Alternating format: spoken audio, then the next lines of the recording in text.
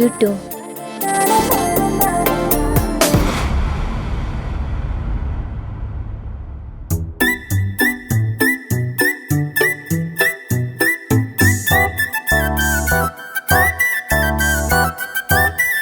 லட்டு நல்லா இருந்துச்சா?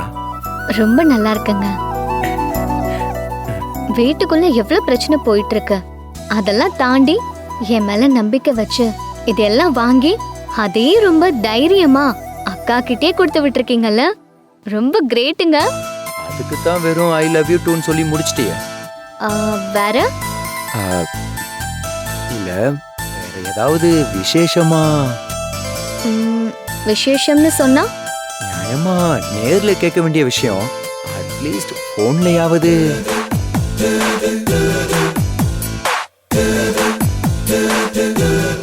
புரியலையே. புரியாது. எப்படி புரியும்? வாங்கி தந்து விட்ட செயினுக்கும் லட்டுக்கும் அதிர்ஷ்டம் இருக்கு, ஆனா வாங்கி கொடுத்த எனக்கு தான் எதுவுமே இல்ல. நித்யா, ஏய் நித்யா,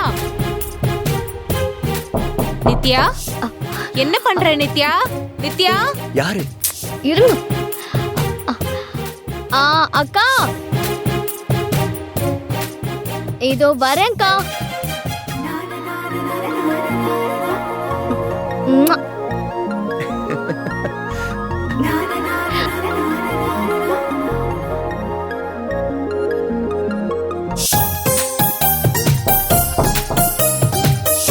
ஏய் நித்யா.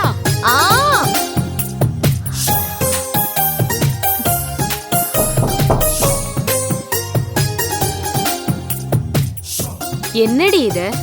ரவா லட்டு முழுசா முடியற வரைக்கும் உள்ள உட்காந்து பேசிட்டே இருக்க போறியா? வா. ஏண்டி, அக்காவும் மாமாவும் வந்திருக்காங்க, நீ உள்ள போய் உட்காந்துட்டா என்னடி அர்த்தம்? அக்கா மாமாவுக்கெல்லாம் இனிமேல் அவ்வளவுதான் இம்பார்ட்டன்ஸ் கொடுக்க முடியும்னு அர்த்தம்.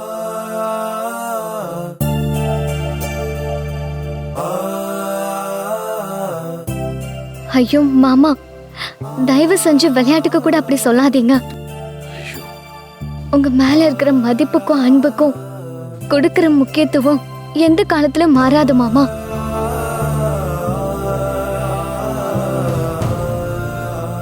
உண்மையிலேயே அவர் விளையாட்டாதான் சொன்னாரு. நீ டென்ஷன் ஆகாத, கூல். அதுக்குள்ளே கண் கலங்கினா எப்படி? இன்னும் எவ்வளவு எல்லாம் ஓட்ட வேண்டியிருக்கு. போக்கா. உன்னை வம்புழுக்கிறதுக்கு தான் அப்படி சொன்னேன். இந்த வீட்டுக்கு வந்துட்டு உங்ககிட்ட விளையாடாம வேற யாருக்கிட்ட விளையாடுறது?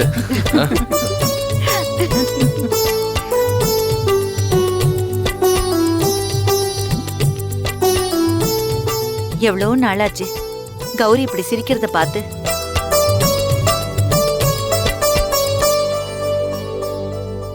நீ பாக்கலன்னு சொல்லு.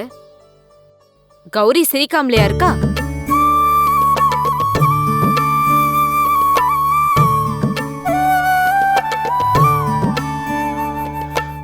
அத்தை சொல்றதோட அர்த்தம் எனக்கு புரியுது.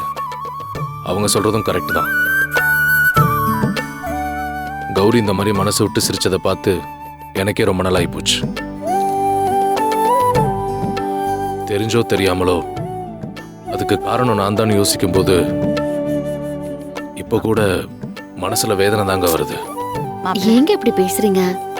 அப்படிலாம் எதுவும் இல்ல.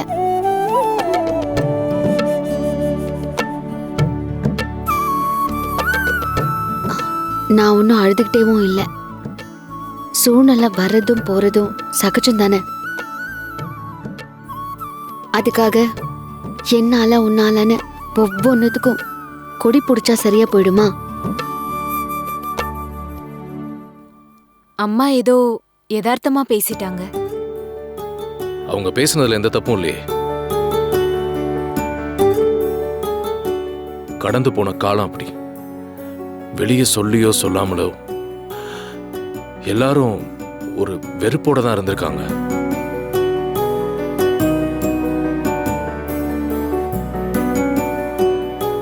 அவ்வளோ வெறுப்பை சம்பாரிச்ச பின்னாடியும் எடுத்துக்கிட்ட காரியம் சரியா நடக்காம போச்சுங்கிற வருத்தம் தான் அதிகம்.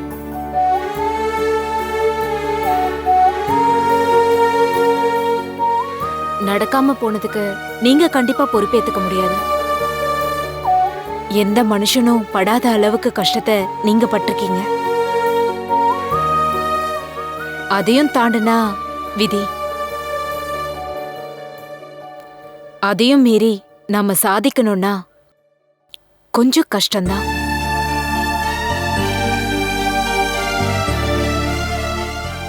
வில்லி மாதிரி வீட்டுக்குள்ள வந்த பவித்ரா அந்த வீட்டோட அமைப்பை பார்த்துட்டு நல்லவளா மாறிட்டா. வேண்டாம், நான் தூரமா இருந்துக்கிறேன்னு சொல்லி அவ விலகி போயிட்டா.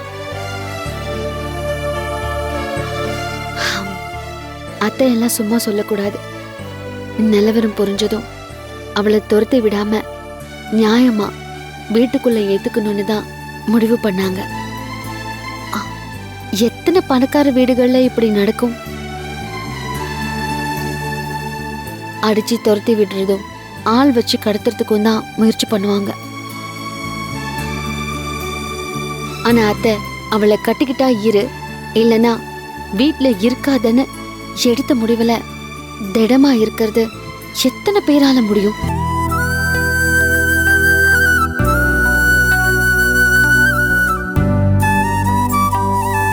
வெறுத்தோ விரும்பியோ தாமரை அந்த முடிவுக்கு வந்து விலகி நின்னதுதான் ஆச்சரியம். அதெல்லாம் வீம்பிளையும் வீராப்பிளையும் எடுத்த முடிவா இருக்கும்.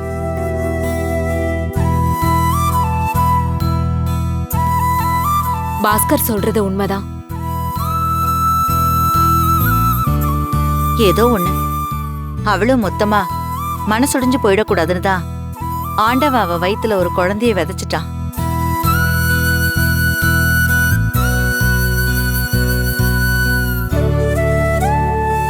அத்தை மடியில தலை வச்சு படுக்கிற அளவுக்கு அவன் மாறிட்டான். போதுமா, ஒரேடியா சேவை செய்யறேன்னு இறங்கிடாத. அப்புறம் தேவையில்லாத பிரச்சனையெல்லாம் தேடியும் வாங்கிக்காத. ரொம்ப சரியா சொன்னீங்க. நமக்கே நிறைய வேலை இருக்கு. அதுல முழு கவனத்தை செலுத்தி ஆக வேண்டியதை பார்த்தா அதுவே போதும். மாப்பிள்ளை சொல்றதும் சரிதாண்டி. அவங்கவுங்க வேலையை அவங்கவுங்க பார்த்துக்கிட்டோம். இனிமேலாவது நீ உன் குழந்தை மேல அக்கறையா இரு. அம்மா, நீயும் என்ன அவர் கூட சேர்ந்துக்கிட்டு இப்படி பேசுற?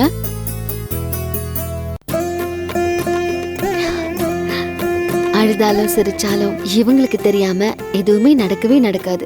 ஆமா, நீ இன்னும் ரெட்ட குழந்தைன்னே நினைச்சு பேசிட்டு இருக்க. வரது வரட்டுமா? ரெண்டு பேருமே பேசும்போது அப்படிதாம்மா பேசுறாங்க.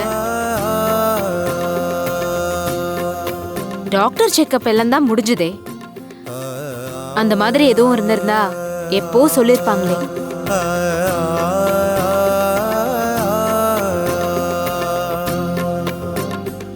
விடுமா, எந்த கவலையும் வேணாம். இப்ப என்ன ரெட்டை குழந்தையாவே பிறக்கணுமா என்ன? ஒத்த குழந்தையா உடனுக்குடனே பெத்துக்கிட்டா போச்சு.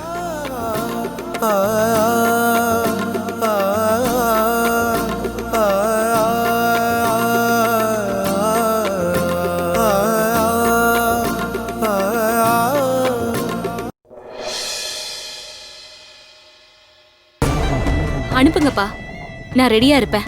யாருக்கிட்டையும் அங்க பர்மிஷன் எல்லாம் கேட்டுட்டு நிக்க வேணாம். நீ பாட்டு கிளம்பி வந்துகிட்டே இரு. குறிப்பா அந்த செத்தப்பா இருக்கான் பாரு, அவ ஏதாவது குறுக்க பேசி தடுக்க பாப்பா. நான் பாத்துக்கிறேன்ப்பா.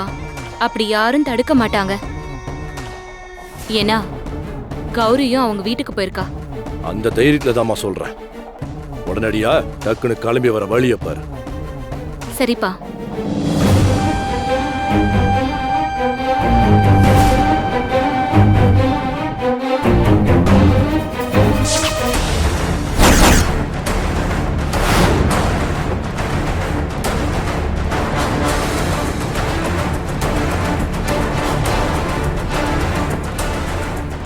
தாமரை, என்னம்மா கையில பெட்டியோட கிளம்பிட்ட?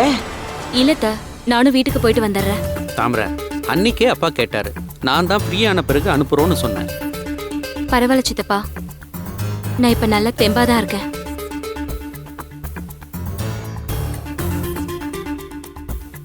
சில முகங்களை பார்க்கும்போது மட்டும்தான் பக்கு பக்குன்னு அடிக்குது.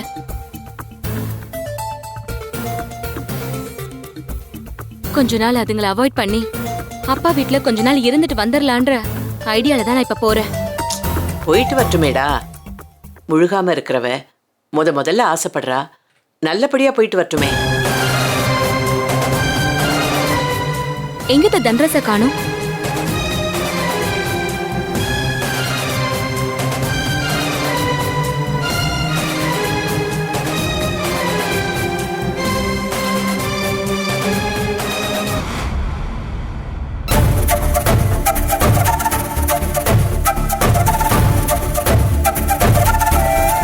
போயிட்டு வரேன்.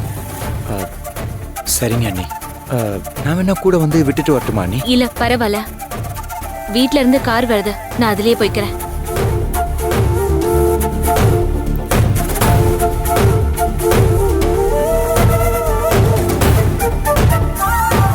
தாமரை, ஏய் மாப்பிள்ள, போயிட்டு வரட்டும், கொஞ்சம் அமைதியாகி வருவா.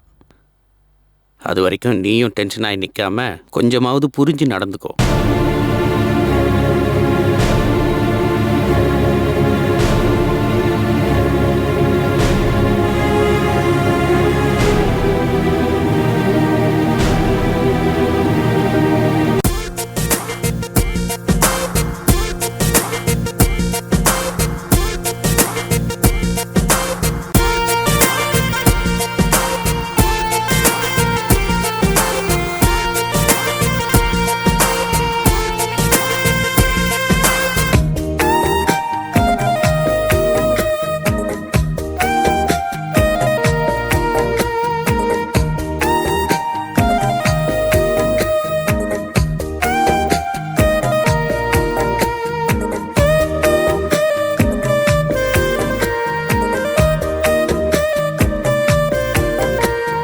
ஏண்டி, அவளை சமைக்க விட்டுட்டு இங்க வந்து நீ உட்கார்ந்திருந்தா எப்படி?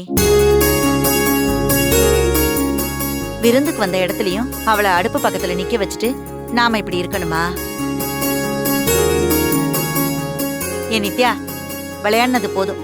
நீயும் கிரிஜாவும் போங்க, கௌரிக்கு ஹெல்ப் பண்ணுங்க போங்க. ஏய், நீ சிரிக்கிற மாதிரி நான் என்ன சொல்லிட்டேன்? ஏய் என்னடி? சமையல் ரூம் பக்கம் யாருமே அலோடு இல்லம்மா.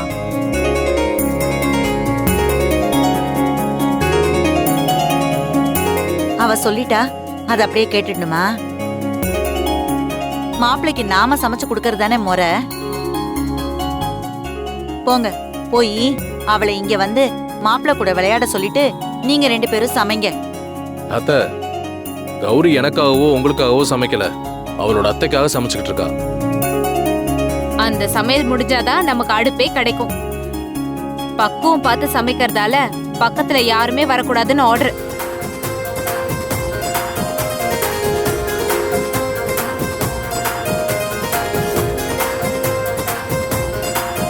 அப்புறம் ஏன் காலையில எதுவும் பண்ணல? காலையில பிரச்சனை இல்ல அத்த, இங்க இருந்தே ஆர்டர் போட்டு கடையில 4 இட்லி வாங்கி கொடுக்க சொல்லியாச்சு.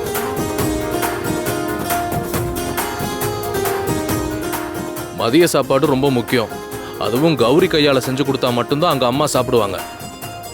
அப்போ கௌரி பிரசவத்துக்கு ஹாஸ்பிட்டல் போகும்போது பிரச்சனை தான்.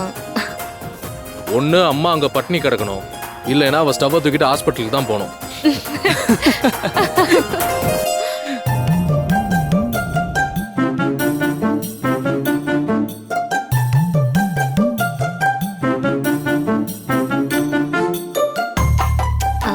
ஒரு கை கேன்சல். என்னடி மாமியார்ன உடனே உதவி பண்ண போறீங்களோ? ஆமாக்கா, நாமளும் ஏதாவது ஒரு வகையில உதவணும்ல. அப்பதானே அக்கா ஆஸ்பத்திரி பக்கம் போகும்போது அடுப்பு அங்க எடுத்துட்டு போகாம நானே சமைச்சு போடலாம்.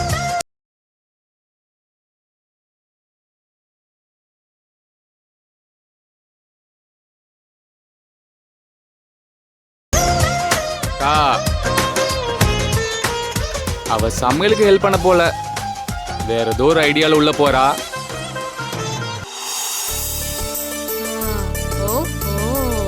ஆ, அக்கா நான் ஏதாச்சும் ஹெல்ப் பண்ணட்டுமா? அது என்னடி, சமையல் எல்லாம் முடிஞ்சு எடுத்து வைக்கும் போது வந்துட்டு ஹெல்ப் பண்ணட்டுமான்னு கேக்குற? அது தெரியலக்கா, நீ நமக்கு தான் சமைக்கிறியோன்னு நினைச்சிட்டேன். பரவாயில்ல, எல்லாமே முடிஞ்சது. பேக் தான் பண்ணணும், நான் பாத்துக்கிறேன்.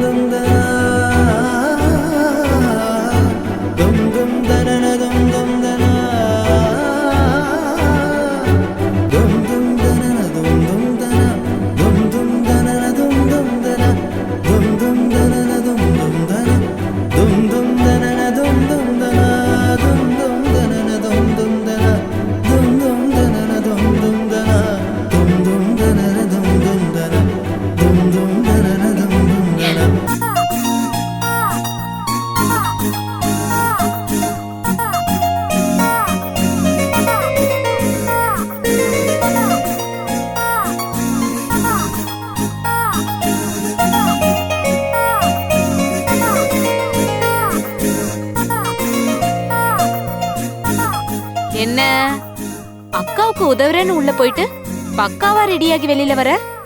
உதவுதாங்க போறேன்.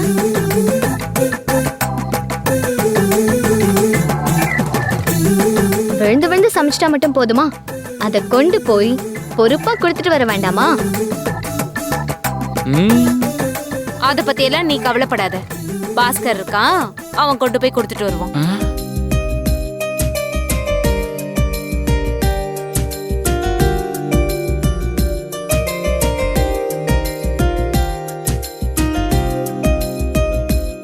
நித்யாவே சாப்பாடு கொண்டு போகட்டும்.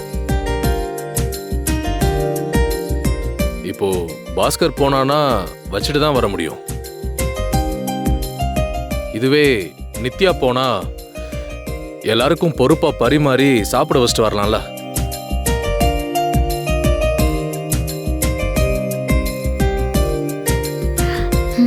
அதுவும் கரெக்ட் தான். நித்யாவே போகட்டும்.